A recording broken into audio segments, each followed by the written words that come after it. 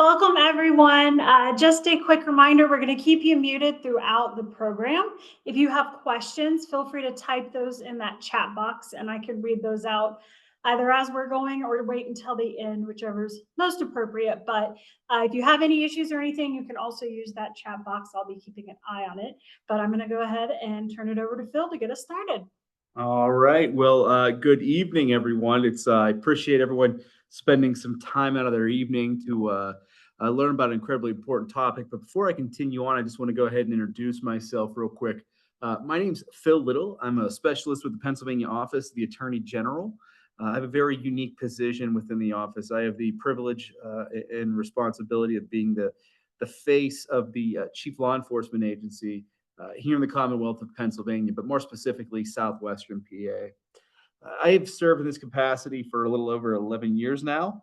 And through that time, I have been to all 67 counties within the Commonwealth and have spoken to hundreds of thousands of folks. I don't say that just to say it. I say it for a very specific reason, is that what I've come to learn is that it doesn't matter if I were to be in northeastern Pennsylvania, somewhere in Lackawanna County, the Wilkes-Barre Scranton area, talking about issues that we're talking about tonight, or any here in Allegheny County and anywhere in between. A lot of the issues that we talk about know what I call geographic bounds, and that couldn't be any more true when it comes to aspects of identity theft. And that's what we're going to talk about tonight, is really protecting ourselves from identity theft.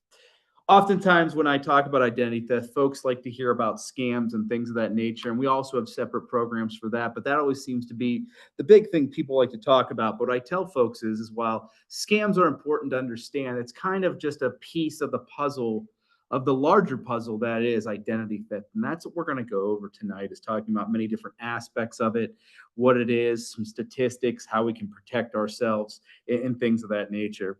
One of the things you'll hear me say multiple times throughout this presentation is none of this stuff that I talk about is really rocket science. A lot of it is just really being aware of our surroundings, being aware of what we're putting out there, who we're talking to, things of that nature. But the reality is heightening our awareness with that through programs like this can really be the difference between becoming a victim and not. So again, thank you for allowing me to spend some time with you this evening. And here, without any further ado, we'll go ahead and get started. So I think it's important that whenever we're talking about a word constantly, or that we're talking about something, that we define it so we're both on the same page. So I really want to talk about and break down what identity theft is, so we're just simply on that same page. And simply what this means is it's when a thief steals our personal information to commit fraud in our name, right? And there's a number of ways of doing that, and we'll talk about that here in a bit. But there's different types of identity theft as well. And you can see a few examples, not limited to this, but just a few examples here. And I just want to talk about a few that I've seen. Number one is child identity theft. I've seen situations where folks have maybe used a child's social security number or something like that, maybe to get utility out in their name, right? Things like that, or get a line of credit or something like that. And what ends up happening is that person, that child, never knew, and their credit could be damaged, things like that. One of the fastest types of emerging identity theft is medical identity theft. We'll go into that here a little bit. And finally, just to kind of tap off other things, is social identity theft. This is where someone is socially engineering, pretending to be someone online through gains and trying to take their identity in that digital sense. So just to name a few to give you an idea. So let's kind of talk about the scope of the problem now, right? Identity theft costs Americans more than just the victim itself, right? Themselves, I should say. We come to see there's a number of things that really deal with the scope of the problem when it comes to identity theft. Number one, we talk about it funding terrorism, right? So oftentimes you may see an organization using identity theft as a vehicle to gain funds through their criminal organization, then taking those funds and then using them in their terroristic acts, just to give you an example. Or obviously tied to organized crime, very similar concept there. You're seeing, again, a criminal entity or organization using identity theft as a way to funnel money into their organization. What we also talk about too is that it impacts the economy in the sense that we all pay higher prices for goods, right? For that. So just to kind of give you an example of that, you talk about any big box store in the United States. Let's think about an electronics store, right? They probably have thousands of stores across the United States, and let's say throughout that, they may have thousands of purchases that were in their stores that were done through fraudulently through identity theft, right? Well, if folks are going to get refunded for those fraudulent purchases, the store is going to have to take a hit on that, right? And well, the store simply isn't just going to write that off, right? They may go ahead then and through all of those purchases that were done fraudulently by volume, when you talk about thousands of stores that they have, that same, let's just say $500 TV last year may cost, I'm just making this up, $575 the next year because they have to recoup those costs of the fraudulent purchases that we see in their stores across the United States. So let's talk a little bit about some of the numbers dealing with identity theft. And what we saw in 2023 is identity theft was reported by 2.6 million consumers at an estimated loss of $10.3 billion. So when you look across the United States, this is not a small number, folks. 10.3 billion is quite large, and you're seeing quite a few people falling victim to identity fraud. When we take a look here within the Commonwealth, we see some numbers that are quite daunting as well. Pennsylvania's lost $224 million in identity theft through fraud and schemes, right? This is 3 times the amount that PA consumers lost in 2019. So what we're looking there is that is unfortunately a rising trend here within Pennsylvania. And one, unfortunately, as well, we're looking at that last statistic there, we're near the top out of all 50 states, is that unfortunately we rank 6th in the United States for these types of fraud, right? And we've moved up since from 2022, just to kind of give you an idea of where we stand amongst other states. So I mentioned medical identity theft being one of the fastest emerging types of identity theft that is out there. And so what you're seeing is just a few examples of what your benefits could be used for, right? Someone may get a medical procedure on one's tab, dental work, surgery, things like that. But the real missed cause for concern is not only the fraud, but there are other things, right? You could have a misdiagnosis because perhaps the person who was taking one's identity changes the records on there. And now that they have a different diagnosis than what you originally have, that could be very, alarming. Denied services and costs, right? Someone may exhaust someone's copay or what their benefits are and never even realizing it now when they need to finally go in, the actual policyholder needs to go in and get something done. They may be denied, right? And then unfortunately, injury or death could occur. So just to kind of give you a little bit of an example of the fastest type of emerging type of identity theft that is out there being medical identity theft. So let's go ahead and talk about the most annoying thing everyone likes to talk about when it comes to identity theft or fraud or scams. And that's robocalls, right? Everyone's phone rings all the time. Mine does as well. I think when I was driving here, I got one. And I tell folks, look, if you don't know the number, don't answer. But, I think it's important to just kind of put this all in perspective, how vast, what you see when it comes to robocalls. So every second, around 2,700 robocalls are placed, right? So just that's pretty daunting when you think about it, right? The average phone owner receives about 28 robocalls and texts each month. I'd beg to differ that I've met some folks that receive many more than that, right? But just to kind of give you an idea. More than 56% of U.S. seniors receive at least 7 robocalls per week. I have met seniors that told me they have 7 a day, right? But you're seeing these numbers, just the vast amount and the sheer volume that go out when it comes with robocalls. And unfortunately, again, Pennsylvania is ranking in that top 10 area out of 50 of ranking in 8th the number of robocalls received. So let's go on and kind of talk about the different types of identity theft through this pie chart. And what you can see here is pretty interesting to see that the bulk of it is typically what folks would understand as being identity theft in the sense of dealing with credit card identity theft tied to some sort of banking institution, right? Where someone takes our credit card number and then uses it to commit fraud in our name through fraudulent purchases. We kind of a catch-all scenario there in our orange piece. That's our other identity theft. But moving on, I think it's important to understand that loan or lease, that's in our gray area there, coming in at third. And I think it's important to know this because loans or leases typically require what? Social security numbers, things of that, where there's a check on one's credit, things like that. So it's really important to understand that that could be tied to not just having that loan, but that social security number being out there and being compromised. What could also be a cousin of the number one credit card is bank account coming in with yellow, right? And you see that's then tied to one's account, not credit card, but just as damaging in the sense that it's tied to some financial impact on that victim. So just to kind of give you an idea there. One of the things people always talk about too is that people seem to believe identity theft is always victims that are people that are senior citizens, and that's not necessarily always the case, right? Younger people also reported losing money to fraud more than older people, right?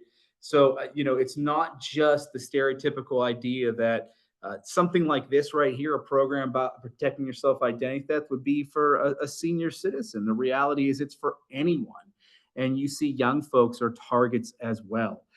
I can remember when I was in college, I always tell this story when it comes to a young person that there used to be on campuses. I knew this. I saw this every year at the beginning of the school year. There'd be almost one of those white construction vans that didn't have windows in the back, and it would open up, and there'd be a gentleman who would stand there with a bunch of free pizzas and clipboards to sign up for free credit cards. And when you signed up for that free credit card, you got a free pizza. And I'll tell you what, and you also got a t-shirt. And those free pizzas and those free t-shirts were given out like hotcakes, and they were gone in quite some time. But think about it. What was on that clipboard when you signed up for those credit cards? You probably had your social security number on there. You probably had a number of different pieces of personal information all those young college students were putting on there, not thinking about it, just simply thinking, oh, I'd like a free pizza, credit card, no big deal. Where does that information go? Who has it? Where does it go after that van takes off, right? So I think it's important just to kind of put in perspective, that it's not just older folks, but it's people of all ages, right? But what we did see is that the largest amount was from older senior citizen consumers, right? So in 2023, data breaches hit an all-time high, right, of little over 3,200 hits, right, breaches. In the establishments that took the hardest hits, and again, we talked about the fastest type of emerging type of identity theft being medical or healthcare, and there it is, number one. Banking, credit card, financial institutions, right? And you'll see coming at 3, 4, and 5 is your professional services, manufacturing, and education. But I think it's important to understand those number one and number two. We keep on talking about, healthcare fraud and things of that being the fastest rising emerging type of identity theft. People don't think of that. They often usually think of what would be number two there, right? And rightfully so. Banking, credit card, financial institutions. But the reality is it's more than just that. So let's talk about data breaches by the numbers in 2023. And I think this is kind of interesting just so you can see the sheer volume of folks who are impacted some of these bigger hits. So what we see here is some of these, I would say, services, right? T-Mobile, that's a cell phone company, right? You're looking at 37 million people. Moving down below that, Xfinity, right, at a hair under 36. And you can see continuing to move on, Move It at 22.8. People Connecting get 20.2, and National Star Mortgage at 14.7 million. So here's the year by year statistics, kind of moving from 2005 all the way to 2023. in different compromises. But I think what I always find interesting is what you'll see is jumps in different aspects of technology. While that increases and it has an advancements in technology, I should say, you'll see jumps in folks being impacted with data breaches, right? So you'll see that biggest spike in 2016 coming down, then coming back up, then a sharp decline in there as well. But what you see is those are the folks that impacted in millions, but the data compromises continue to rise as technology continues to expand, right? So let's go ahead and take a look at some of the new technology that we talk about when it comes to protecting ourselves from identity theft. Some of this stuff you may have heard of, but I think it's important to just kind of have a refresher on what it is and how it works and how we can kind of protect ourselves in those situations. So the first thing here deals with your credit cards or your bank cards. This is an RFID technology. It stands for radio frequency identification. This is simply the service of your card that no longer do you have to shove it in the bottom. They call that dipping, or slide it through like we used to for the magnetic strip on the back. You could simply hover your card over the top of the pay terminal, right? And you aren't even touching anything. It's an air-to-air transaction. It sends a signal to that pay terminal that allows the transaction to go through. I use it all the time. It's wonderful. But the reality is, while that's a great service, that same radio signal receiver that is in the pay terminals could be held by criminals, right? So in very specific cases, you could have situations where maybe you're standing there with your card, and I use the term you collectively, but someone could be standing there with their card out in a someone that maybe has, as a criminal, has this RFID reader in their pocket. They may not even have to touch you. They could just be in your vicinity and pick up that signal. So how do we counteract those things? Well, many of you have probably seen these things. RFID blocking wallets and sleeves. I see so many of these out there being advertised. You'll see as seen on TV, or maybe I've even seen them in grocery stores, right, being sold. But what you see on your left there is more of a wallet that kind of protects the signal for being out while it's in there. And on the right is more of a simplistic model.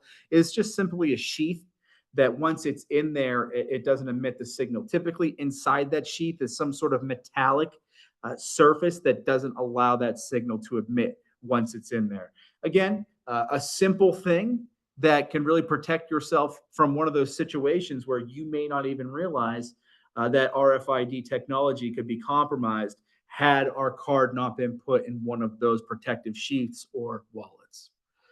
So let's go ahead and move on to the next one. This is pretty much it's an older technology now, but it came introduced, I would say about, I don't know, 8 years ago would be probably my guess, is when you really started to see it emerge. And that's the chip, right, on all of our cards. We were all issued chips around that time. The card looked exactly the same, but on the left, you see those little silver and gold chips on there. That's the only thing that was introduced on it. And no longer are we sliding cards to read through the pay terminal to read the magnetic strip on the back. We were dipping them in through the bottom to read that chip. Well, that technology, while was new to the United States, it came from Europe, and that's what we call our EuroPay Master Visa cards. What this does is that this chip is inserted, like we talked, no longer swiped, and it's securely embedded into the card that it sends a one-time code to go ahead and allow that transaction to go through, right? So just to kind of give you an idea of the difference, right? So these are different aspects of different mobile payment technologies. A lot of people now pay through their phones. You may see someone go ahead and just hover their phone over a pay terminal, and you'll see them go ahead and pay in those ways. But these are different examples of them that you'll see out there, just to kind of give you an understanding. We have our image-based, cloud-based, proximity. That's when we see that we're hovering over things like that, just to kind of give you an idea. So a little bit about mobile payment do's and don'ts, right? And a lot of this stuff deals with aspects of things that I would teach someone, and we'll talk about here in a bit, of dealing with fraud and scams. And the reality is, don't send any money to anyone you don't recognize, right? A lot of people nowadays use things like the Cash App, Venmo, Zelle, PayPal. These are mobile payment applications. But the reality is that while they think it's an app, they may even think it's a bank. The reality is it's merely just a money wiring service that looks very, looks like an app. When we think of these, we don't think of it as a money wiring service. When we think of that, we typically think of things like Western Union, right? Where one would go in and simply, maybe write out a slip to wire money, that kind of that old way that we think about it. But the reality is those apps are the same thing, just it looks a little newer, and it's a wiring application. And when it comes to wiring money, never wire someone money to someone you don't know, right? If you get requests from someone you do not recognize, uh, don't send something out, right? Contact the number you may have for that person. Make sure to confirm the request with the money being sent, right? I think that's really important as well. So also, if you have the ability to use when you're using mobile payment, if you're ever using it for the first time on your phone, it may ask you for a second layer of authentication. It'll probably ask you to send you maybe a code to the phone that you have for your phone number, and then you'd enter that number in, so they would confirm you are the person who sent that request to go ahead and obtain payment or send payment, right? So that's really important. Just like any other good consumer, read your statements, even with this stuff. If there's something on there, a transaction that you don't know or don't recognize, be sure to go ahead and take a look at it, and question it as well. And to find out more about mobile payments and securing your mobile device, always, if you experience any money transfer scam or fraud, report it to the Federal Trade Commission or the FTC. So let's talk about how information is obtained. I think this is really important as well. This kind of breaks down into three categories. This is really important stuff here, dealing about how we protect ourselves and really being aware of the situation. So the first way that we see our information obtained is through carelessness. This is the stuff where we're just simply not aware of our surroundings and not realizing that sensitive information could be laying out.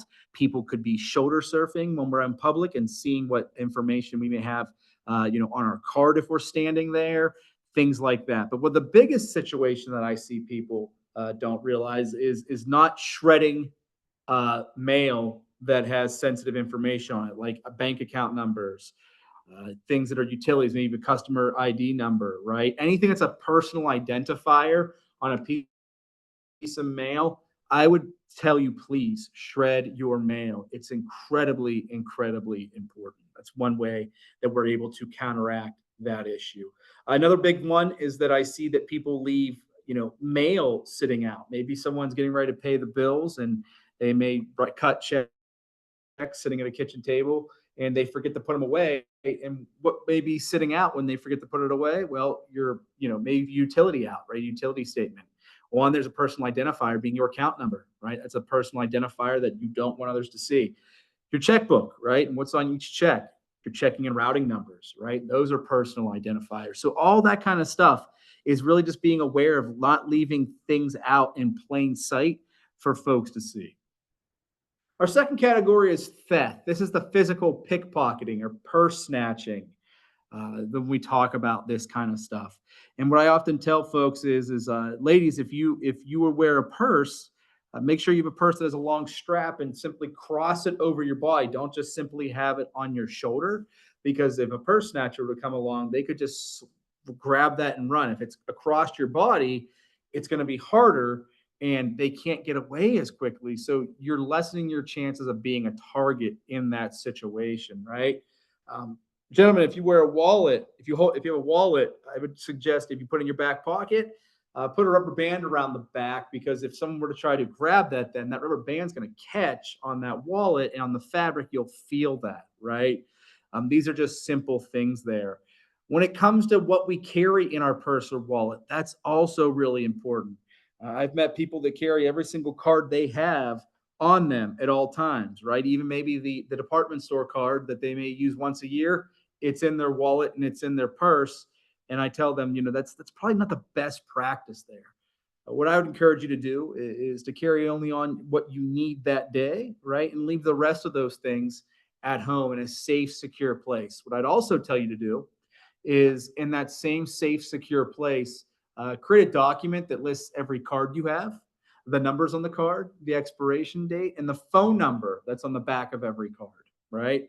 The reason I say this is because heaven forbid that your purse or wallet were taken. I can assure you, you're not in cool, calm, collected mode. You're in panic mode in that sense, right? So, what you now have done, though, is all the thinking has been done for you in that moment. You now can go home, pull out that document.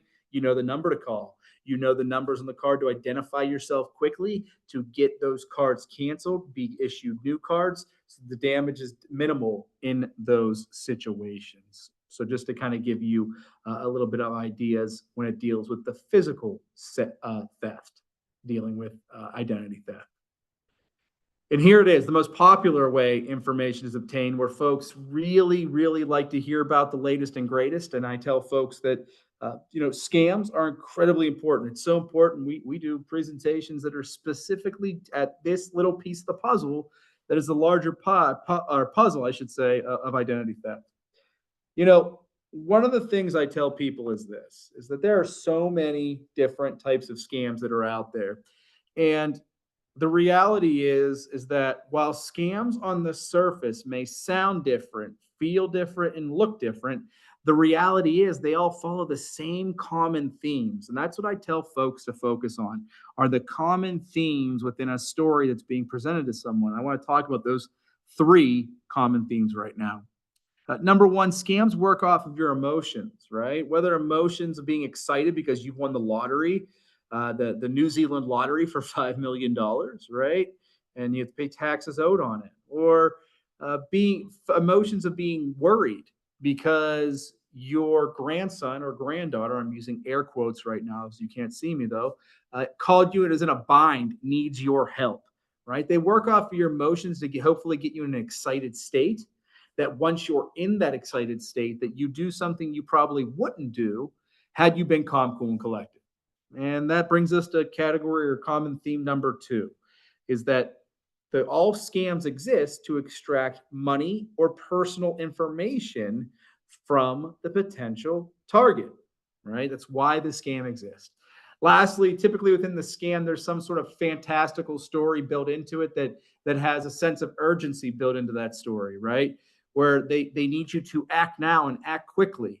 And part of that is probably because they don't want you to slow down and think about what's being presented to you in that moment, right? So here's a few examples of the different scams that are out there, and they all follow those same three common themes. And again, they sound different, look different, feel different, but the reality is they're all the same when you break it down and look at it from through that lens. And that's what we tell folks to do. Really listen to what's being presented. Is it working off my emotions? They want money or personal information, right? And that's the biggest red flag of all. Is there some sort of urgency built into that story? So with that in mind, I'm going to kind of want to talk about just a few of these different scams that are out there. And number one, we're going to talk about charitable contributions in the sense that one is making a phone call. Someone's making a phone call to you. You may receive a phone call, and it may even say on your caller ID. I'm just going to use the Northland Library because we're standing here now. If I'm a scammer, right, I may call you and it may say that on your caller ID, and I could even Google their phone number and put it in there, and it would appear on your phone because there's things out there called spoofing devices. What this allows you to do is make the caller ID say whatever you want it to say. So the reason I talk about this is because you cannot allow the caller ID to be your sole source of verification for who's contacting you. But back to the story here is that it's really important that when someone answers that phone, that's not the sole source of verification. But if someone answers it, it says Northland Library, it says the number, they pick it up. If I'm a scammer on the other side, I could be saying something like, "Oh, hi, my name's Bob, and I'm here to fundraise for the Northland Public Library." And I may even add a kernel of truth that if you haven't been here lately, that there's a construction project here, and I'm raising money to help for that construction project. And it's easier ever to give. Any dollar that you give is going to go help, help build this community hub that is everlasting, that'll continue on. It'll educate folks of all ages, right? I'm pulling on those heartstrings, and it's easier ever than to give. We could take as little as $5 over the phone, and people may be so inclined to say, well, I want to help my community. I think libraries are wonderful things. And sure, I have $5. And because they saw on the caller ID, it said the library here, and they may even recognize the number. And because I said I was there, that people are inclined to give. I'm here to tell you this. Never give out personal information on an incoming inquiry, right? This time it's a phone call. It could be an email. It could be a letter. You simply do not know who those folks are. Now, I want to pause and say this. Am I telling you can't trust anyone? No, that's not what I'm saying. But the moment someone reaches out to you and starts asking for personal information or money from you, shut it down. Especially when it comes to charitable contributions. Tell them to mail you something if you're actually inclined about it. Real organizations have no problem doing that.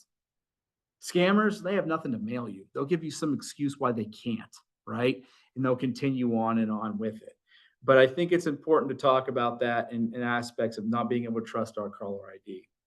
Lottery and sweepstakes scams, everyone know this exists. What I often tell folks is this. I met someone who asked me to read this letter they got in the mail saying they've won the New Zealand lottery for $5 million.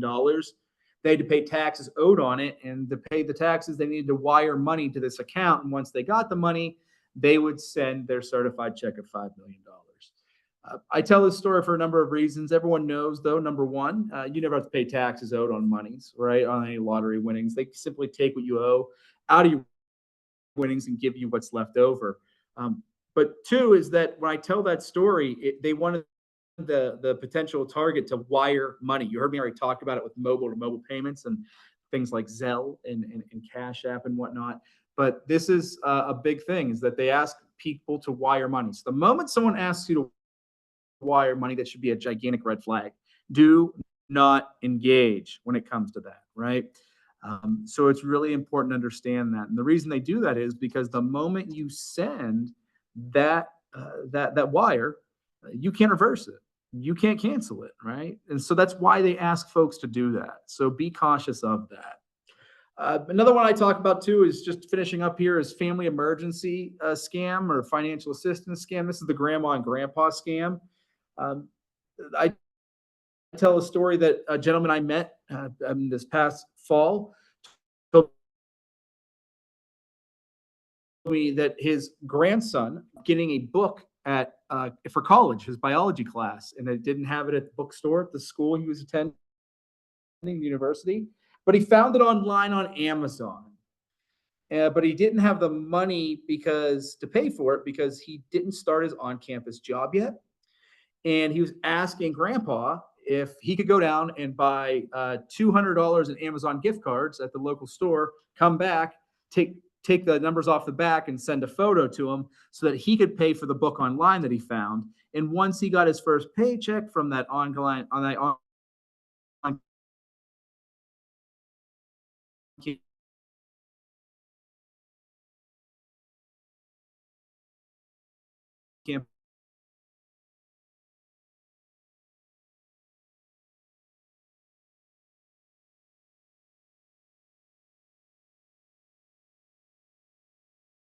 campus job he got, he would send him the money back. That's one a huge red flag. In the same way that when we wire money, you can't reverse it. It falls true to gift cards as well. So be cautious in those situations. Just to follow up though, what that gentleman did in that moment, he heard that gift cards weren't a good thing to go ahead and buy, and he wasn't sure if it was his grandson. And he told me what he did was, and this is what I tell people to do all the time, is you have to confirm who you're talking to, right? Verify. And how he did that in this instance was he asked the person on their side, he said, yeah, I just have a question for you. What's the name of my dog? And the person on the other side couldn't answer because it really wasn't his grandson. And the person on the other side said, oh, come on, grandpa, we don't have time for this. Come on, hurry up. Please go get those gift cards. And he said, well, then how about this? Can you tell me what color my car is? Couldn't answer that either. And he said, that's when I knew it wasn't my grandson, because my grandson can answer things like that, right? And that's what I often call giving resistance in these situations look like. I also had another person tell me in those situations, by the way, that person then hung up and said, I'm not buying the gift cards, but just to give you an idea. I once had someone tell me in that same situation, they hung up and immediately called their child, who was the grandchild's parent, to confirm, is this really happening? Is this real? And that's what I tell people all the time to do is confirm independently who you're talking to. I'll finish up with this one here is that credit card and bank account verification scam. Um, Again, people may contact you pretending to be the fraud department, asking if you had a fraudulent purchase on your card, and they may need you providing the last three digits on the back of the card. Do not do that. You do not know who it is. It can be scary, right? Because you're dealing with something that someone's telling you that your card is compromised. What I tell people to do there is hang up, turn that card over on the back, contact them, right? So while we're not all here in public, this is when I'd usually give folks a quiz on infants. So I'm about to tell you, you know you're calling the bank because you turned your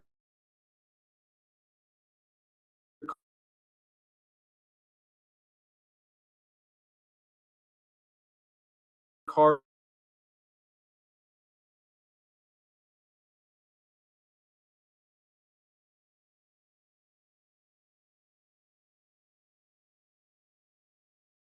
over, the number's printed on the back. When you call that number, they're going to ask for person. No, it's them. However, someone for personal information from you, you don't know who that, and move forward from there. Is it going to take 15? I get it.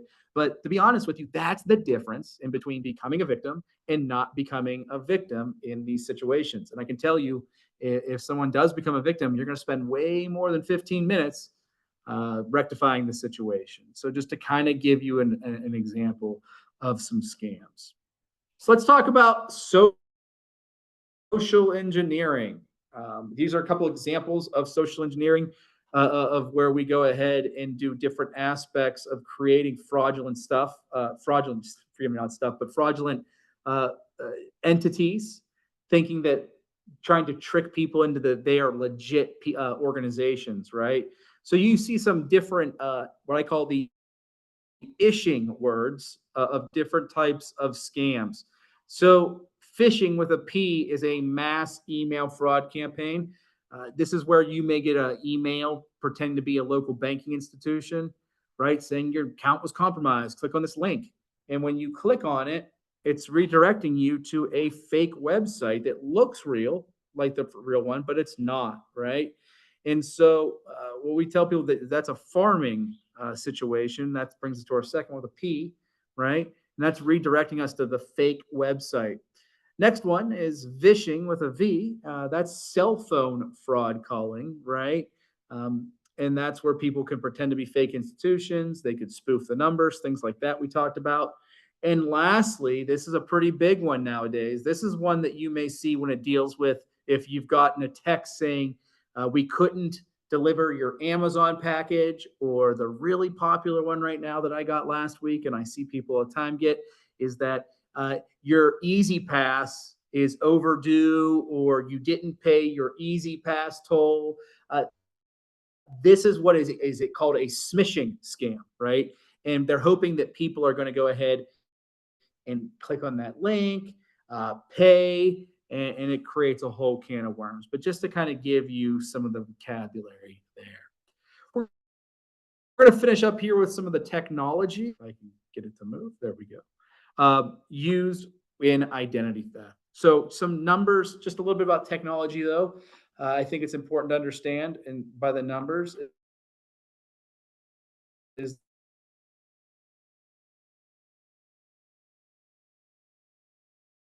that, let's start with the statistic here. Right, so technology is everywhere.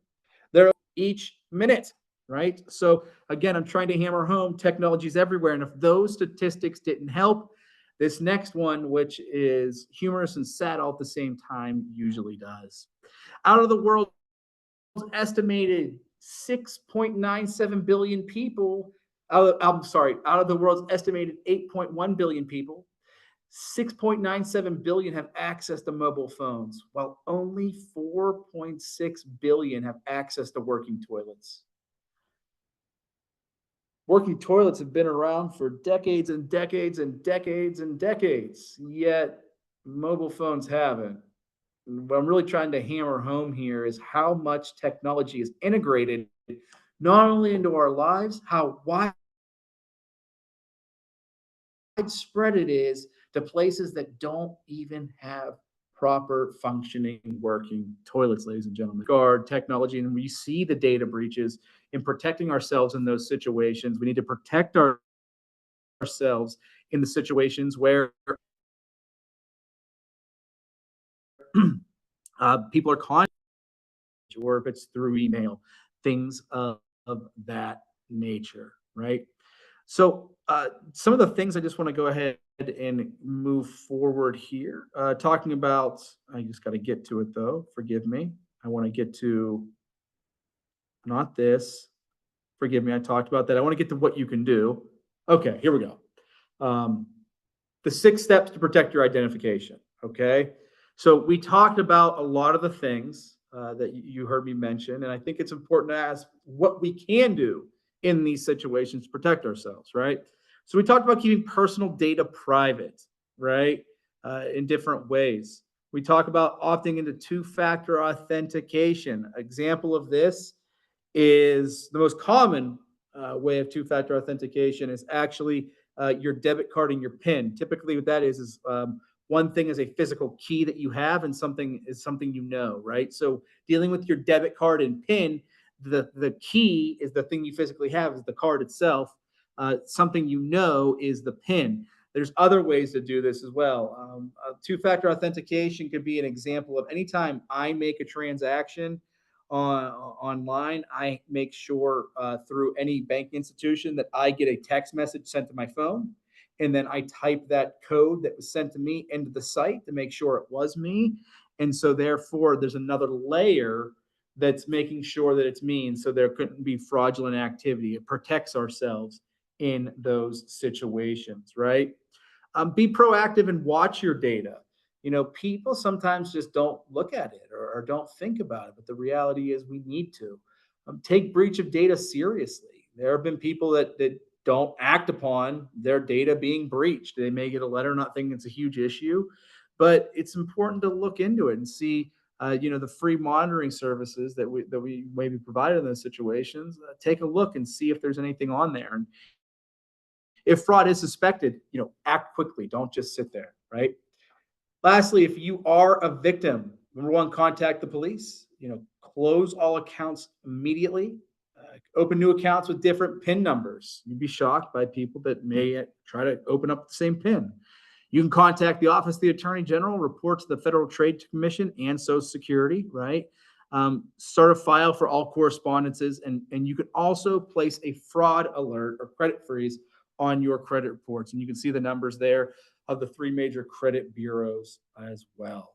Lastly, we can also always file complaints with the Internet Crimes Complaint Center at ic3.gov.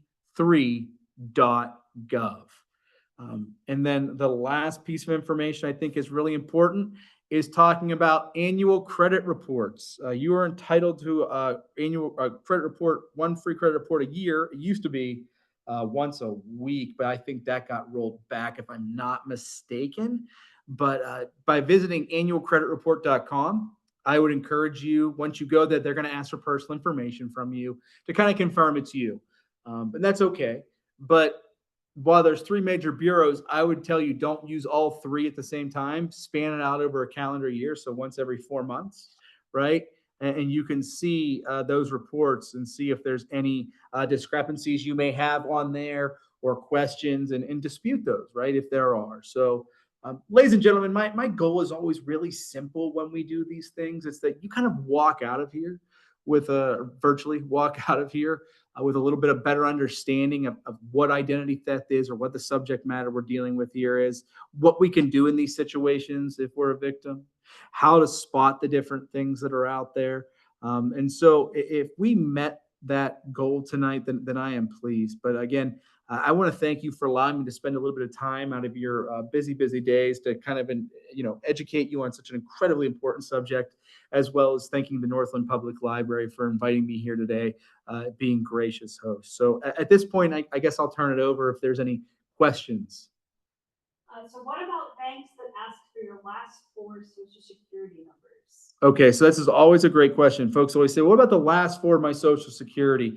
Oftentimes that's the only thing that those folks can see when they're asking for that. So, I don't see it's an issue, but I often tell folks this: if instead of answering or confirming yourself by social security number, see if you could be issued a customer ID number or something different that they could have on file if you're uncomfortable doing that.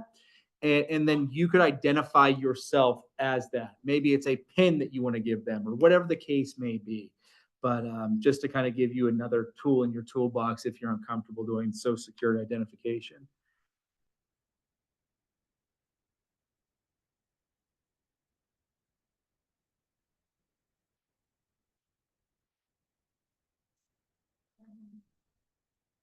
So when credit card companies email and there's like a phone number in the email, can scammers make it look like you're calling that number when it's actually a different number? So that's a great question. Again, this is the independently verifying, right? So we get an email, let's say it's MasterCard or whatever the case may be.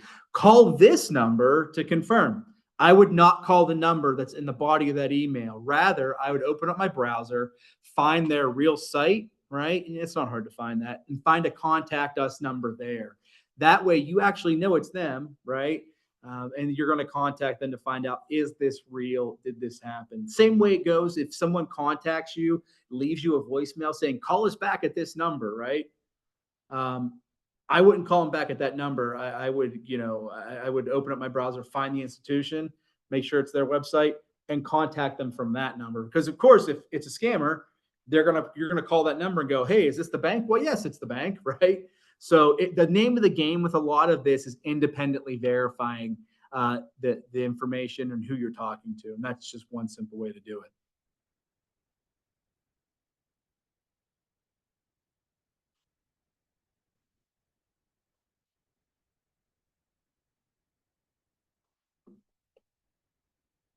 So in restaurants, you give waitstaff your credit card and they go out of sight.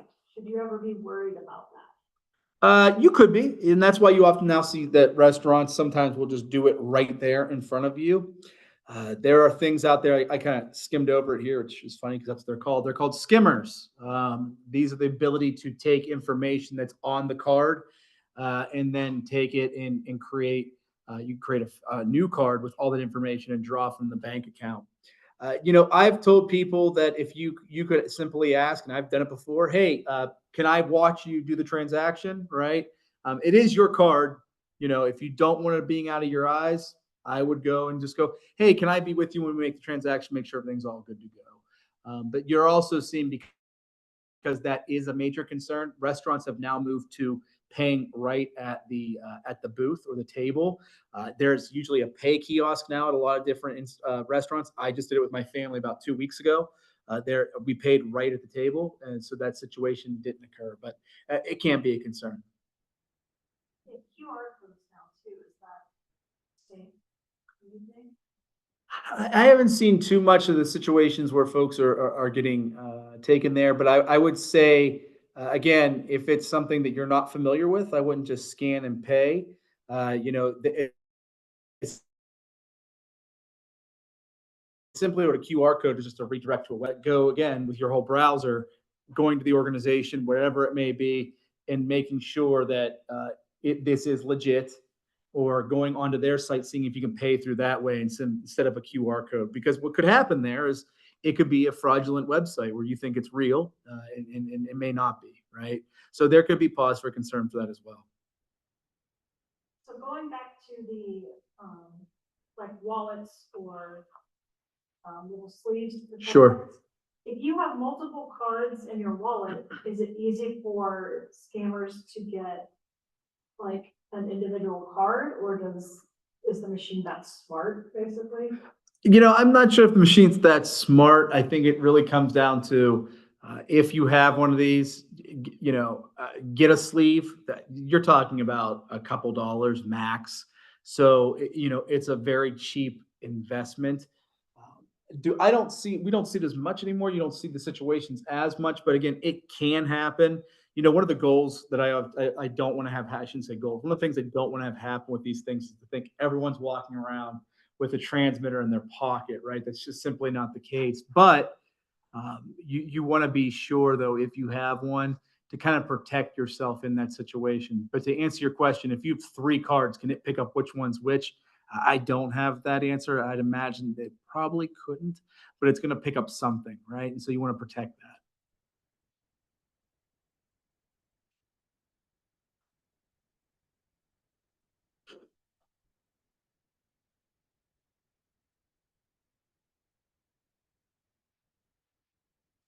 Gas station tampering. I saw you flipped through and it was on there, but is that still a common practice and what can we do? So that's another skimmer. That's an internal skimmer. What we often tell folks is when you look at the gas pumps, there's usually tamper-resistant tape along the seal of the pump. If that tamper-resistant tape says void or it's not present, I would not use. They're still finding them places. I feel like when I turn on the news, maybe about 3 times a year, you'll see a report where a gas station here in the local area was found with a skimmer on it, right? And there's internal pumps. What I tell folks is if you can go in and prepay, do so, right? If you have cash is always king. Also, a lot of those pumps, they're gonna target the pumps that are all the way at the back, that are not at the front of the store, so they could at least be detected in those situations. So use the pumps towards the front, but they are real, and those are just some of the situations that, or I should say, things you can do to protect yourself in those situations.